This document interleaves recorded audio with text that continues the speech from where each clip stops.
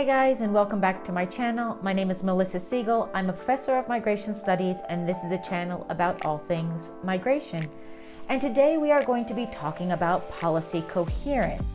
And here we're going to, of course, talk about policy coherence with regard to migration and migration policy.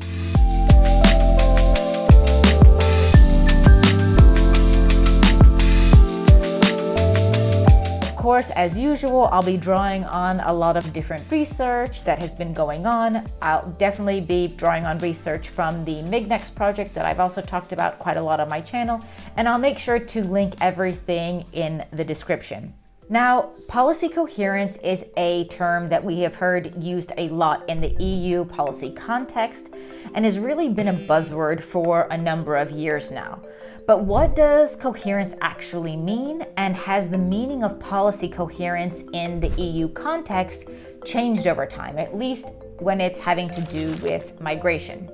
In its simplest form, policy incoherence is the unintended outcomes of a specific policy or contradictions between the goals of policies in different policy areas.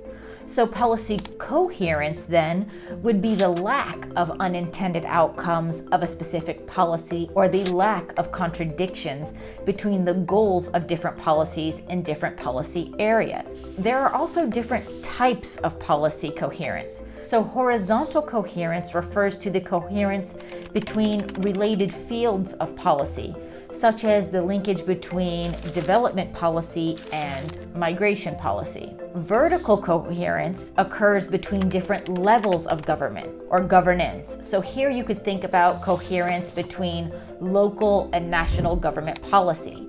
So an example of incoherence here would be the so-called sanctuary cities in the US or Europe that give access to services to irregular migrants, while the national policy says that irregular migrants should leave the country or maybe even be deported. So the different levels of government here have differing priorities and are not following the same policy line, therefore being incoherent. Now, MIGNEX analysis of the EU policy documents show that the meaning and the use of policy coherence has really shifted from a multifaceted focus on the migration development nexus, so here, policy coherence for development, to policy coherence for the sake of efficient returns of irregular migrants. So there has really been a shift over time. We've really seen a major shift in the way the EU uses the term policy incoherence. So, for example, in the 2011 policy document, the GAM, this focused on the establishment of horizontal coherence across development and migration policies. Migration policies were part of a broader package of development-related policies. And now, by contrast, in the new 2020 Pact on Migration and Asylum, here development policies became part of a broader set of migration-relevant policies. So it focused more on the vertical coherence, so between the EU and its member states with regard to return policies. So the main objective now is efficiency, quote unquote, of return migration. The EU's preoccupation with making return policies more efficient through coherence between the EU and member states really points to a clear trend of disengagement of the EU also with third countries. So we've really seen this clear shift of what policy coherence means in an EU context. And I do think that it's important for us to understand what policy coherence or policy incoherence actually means. And sometimes there's policy incoherence by design or by accident, but I do also think that we need to realize, where do we want the coherence? So it is not that coherence by definition is good or bad. It is, what do we want coherence on?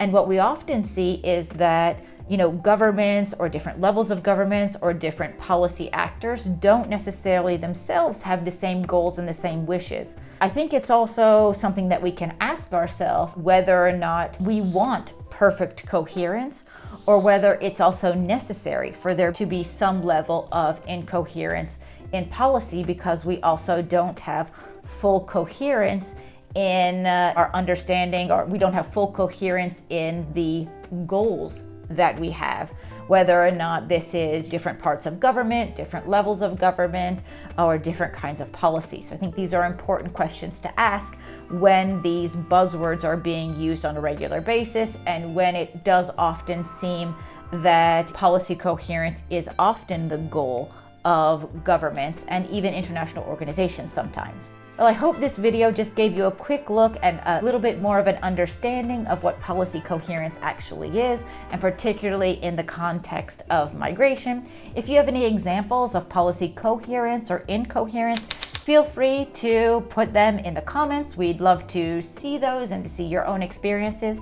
If you found this video useful, of course, feel free to share it around. And if you haven't done so already, make sure to hit that notification bell and to subscribe to the channel to make sure that you don't miss any of the videos that we upload on a regular basis to this channel. And I hope to see you next time. Bye-bye.